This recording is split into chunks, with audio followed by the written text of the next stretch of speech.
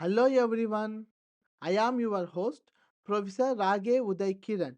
In this video, we learn about data transformation with a demo. For demo purposes, we are going to use Google Colab and Python. The 6 steps of knowledge discovery in data is shown here. If you are not familiar with this topic, please check the link shown above. In the previous videos, we talked about selection process using SQL. In this process, we select the target data from the whole data that is available to us. In the pre-processing, we have learned about various imputation techniques to fill up the missing values in the target data. In this video, we are going to learn about data transformation. Data transformation is also called future engineering. Generally, the process of selecting, pre-processing and data transformation is collectively called data wrangling. The reason is by performing these 3 steps, we create the final form of the data that we can input it to any machine learning algorithm to discover the knowledge or patterns. The outline of this video is as follows. First, we will learn about what is data transformation. Next, we learn the basic methods that are available for performing data transformation. Next, we talk about curves of dimensionality and the advanced methods of data transformation that exist to handle the curves of dimensionality. Then we talk about types of data transformation and 6 steps of data transformation. Finally, we will learn the data transformation with a small demo using online sales data. Data transformation is a process that we employ for converting, cleaning, and structuring the data into a useful format for decision making purposes. Please keep in mind that once we perform the data transformation on the pre-processed data, the resultant data is fed into any machine learning algorithm directly for knowledge discovery purposes. Now, let us look at the basic methods available for data transformation. There are 8 basic methods of data transformation. If you want to read more, please check the link shown below. Now, coming to the individual methods, the first data transformation method is called aggregation. It involves collecting the data from multiple sources and then storing it in a single format. For example, assume there is a company having stores in multiple places.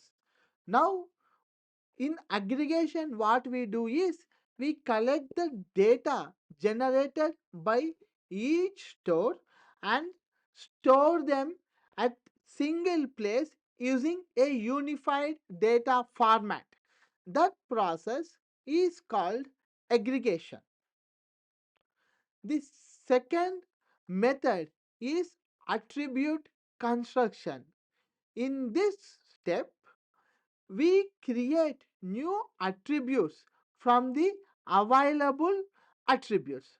For example, assume we have the data pertaining to name of a person and the date of birth. What we can do in attribute construction is we can convert the date of birth field into a new attribute, say age. This process is called attribute construction. The next method is discretization. So, in the discretization, we generally split the continuous values into specific intervals so that we can apply certain decision making techniques.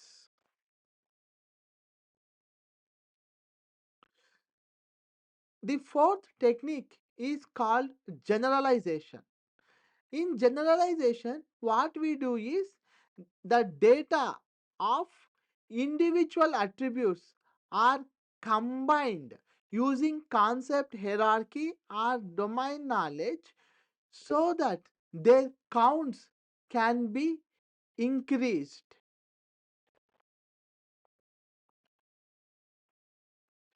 Integration is a process where data from multiple sources is combined into a single view. It is important to keep in mind that aggregation and integration, they look alike. However, there is one key difference between them. Aggregation talks about storing the data in a disk, okay, or in a storage device, whereas integration does not talk about storing the data. It is only focused only at viewing or reporting purposes. So the objectives are different. In integration, we do not store the data, instead we simply show the data. Manipulation.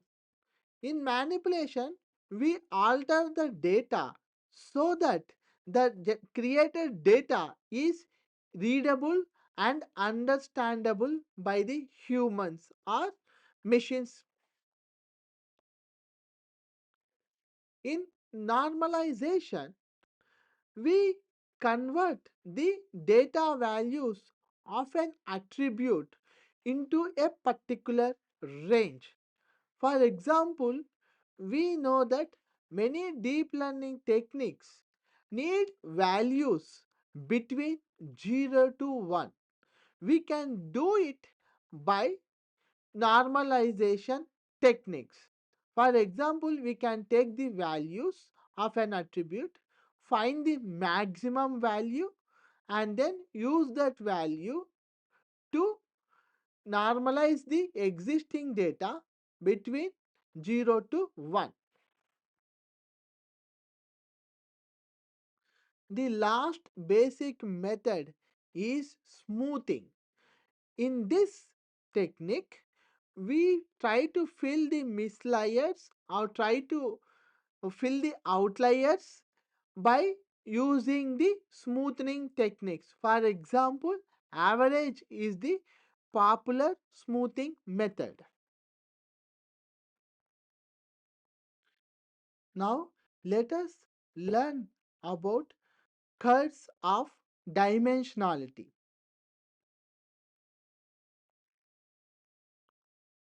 Assume we are given some data. This data can be called a matrix, a table, or tabular data. Generally, if the person who is going to use the data is a theoretical researcher, then he often uses the word matrix. If the person is a database researcher, he often uses the word table. Similarly, if the person is a data analyst, he refers the data as a tabular data. So, in the real world, matrix, table, and tabular data are interchangeable. They always mean the same thing. Okay, given this data which has rows and columns, the columns are also called attributes, dimensions, and sometimes called futures also.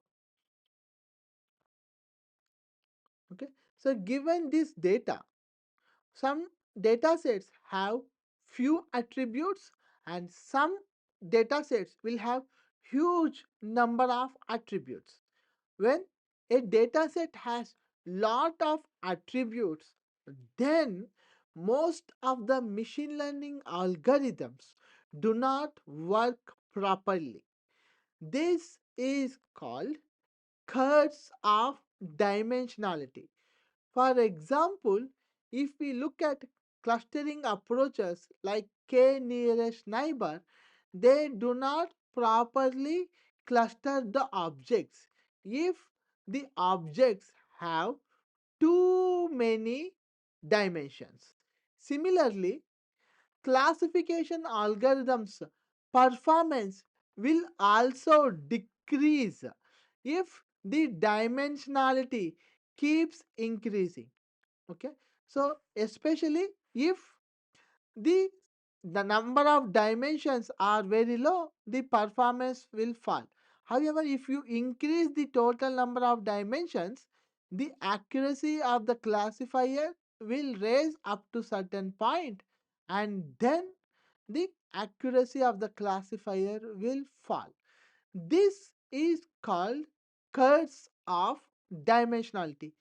If you want to know more about this topic, please check the links provided below. Let us try to learn the curse of dimensionality with a real world application. In Japan, air pollution is the major cause for cardiorespiratory deaths. To tackle this problem, Ministry of Environment has set up a nationwide air pollution monitoring sensor network called AEROS. This network on hourly basis collects air pollution data for different pollutants, say PM 2.5, SO2, and so on. The sample data is shown here. You can see for each day, at each hour, every sensor is recording different PM 2.5 values in this figure. Currently, there are over 1,000 sensors in this AEROS network.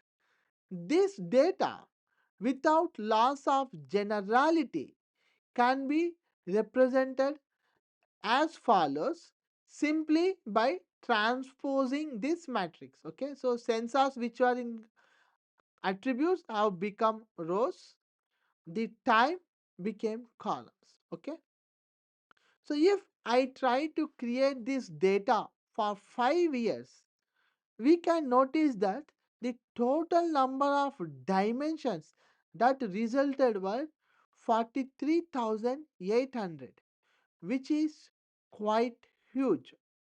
On this dataset, if I want to perform clustering technique, say k nearest neighbor, to cluster the sensors based on their pollution values, then they fail because of huge number of dimensions. For instance, for some hours, S1 pollution may be close to S2, and for some other attributes, S1 may be close to S3 sensor and so on. So if we have this huge number of dimensions, then the clustering algorithm fails to identify similar clusters. So this is the problem of having high dimensions in your data, which we often call it curse of dimensionality. In the advanced techniques, we try to handle this curse of dimensionality. The basic method to handle the curse of dimensionality is called feature selection or attribute selection. In this method, what we do is, given the high dimensional dataset, we select key attributes by removing the unnecessary attributes and create a low dimensional dataset. So, in this low dimensional dataset, the attributes and their values remain the same. So, the low dimensional data is a subset of high dimensional dataset. How do we select these key attributes? We do this using various measures or techniques. For example, we can use information gain, chi-square test, Fisher score, or correlation coefficient to identify top key attributes in a given high dimensional dataset and use only those top k attributes for and performing analysis.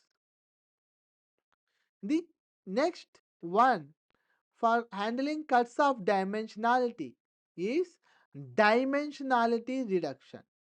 The key difference between feature selection and dimensionality reduction is, in dimensionality reduction, we will create a completely new low dimensional dataset. Okay.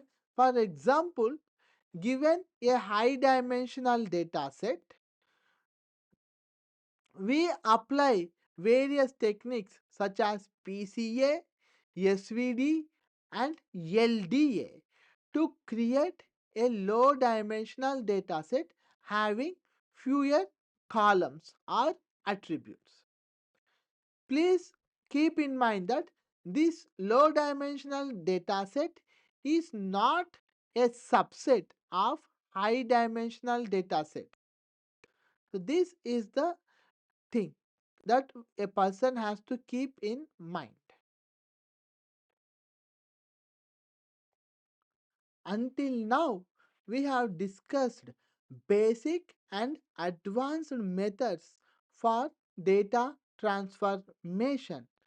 When we talk with others in the real world, we do not use the names of different data transformation techniques we applied. Instead, we simply use the generic terms.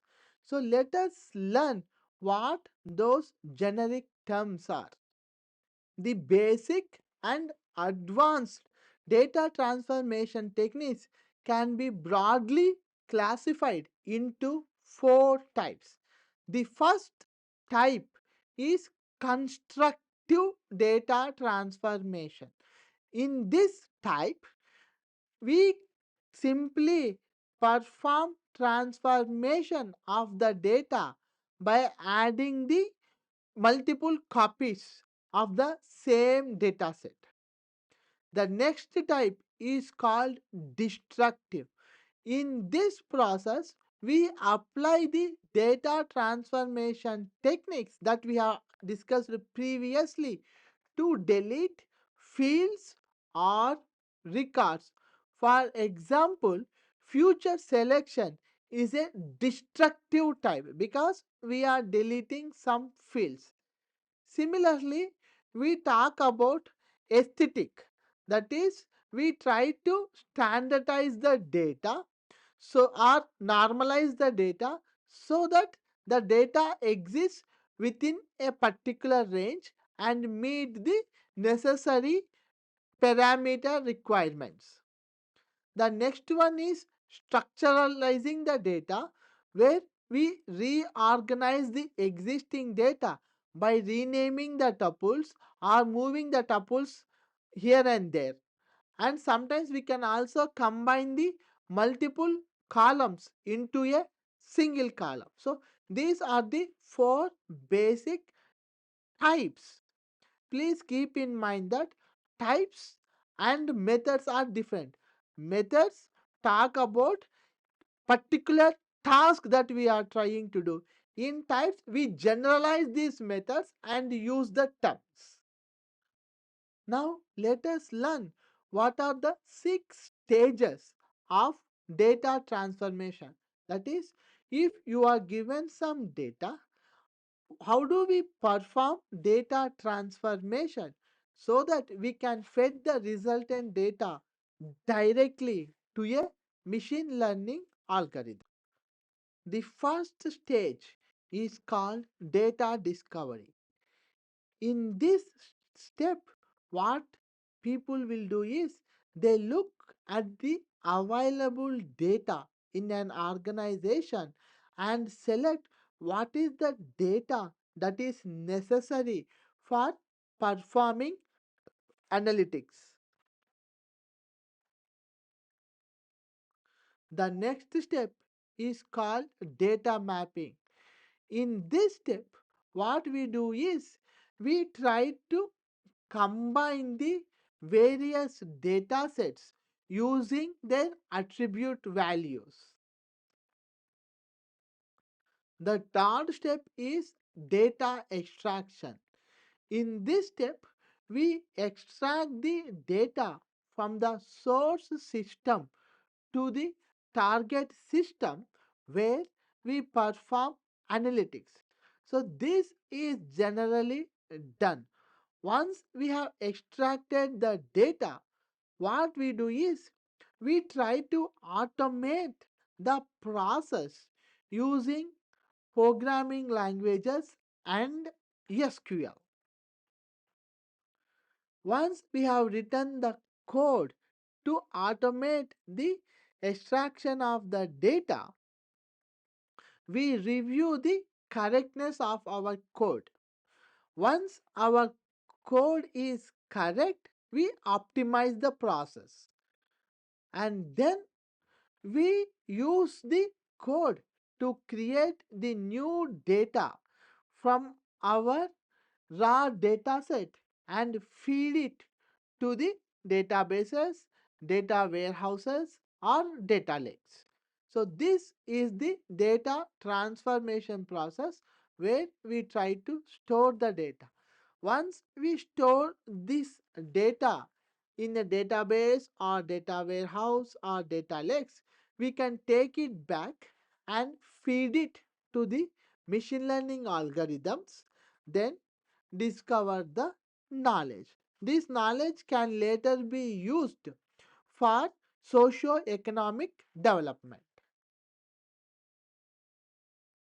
Now, let us look at a small demonstration of performing data transformation. In the demo, we are going to use the online sales data available in the Kaggle. The data set is shown here.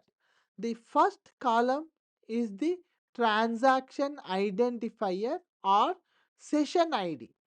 The next column is stock code. The third column is item and so on. So we are given this data set.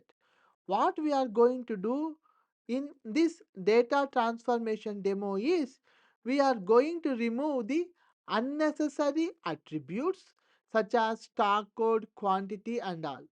And then using the TID information, we try to group the items and create a transactional database.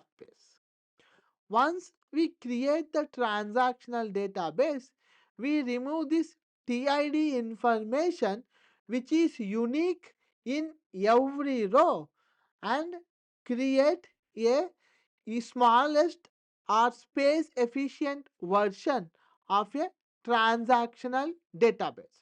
So this is our demo. We now perform this demo in Google Colab. The code for this demo is available in the GitHub link. To execute the demo on data transformation, please visit my GitHub intro to big data. So once you visit here, you can find the class number and the topic I have covered. You can notice that data transformation topic belongs to class 4. So please visit the class 4 folder and click on the notebook. The data file is also provided here.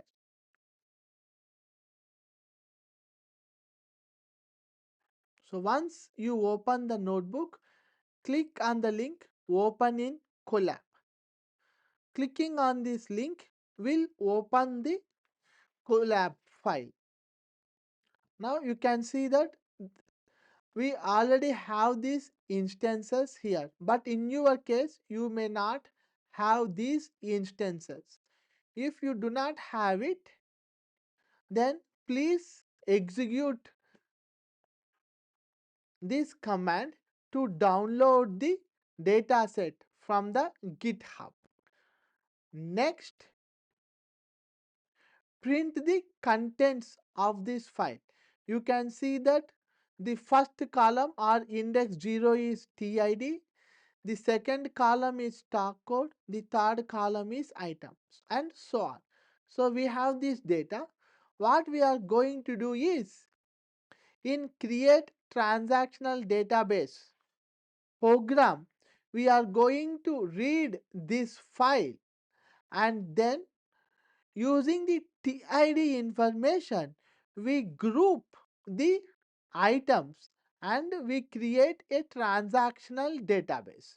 You can see here I am reading column 1 and column 3 here, and then I am appending the purchase data of the customers, and then I am creating a list. This list I am storing it as a transactional database here. Okay, once I have written this program, I am calling this function create transactional database by passing the given file, and the new file that is getting created, I am giving the name transactional database.csv. So once you execute it, you will create this transactional database.csv file. If you print the contents of this file, we can see that each line represents the customers items purchased by the customer at a particular session. So what we can do is, from this transactional database we can extract the frequent purchase patterns of the customers. In this video I am not covering this topic.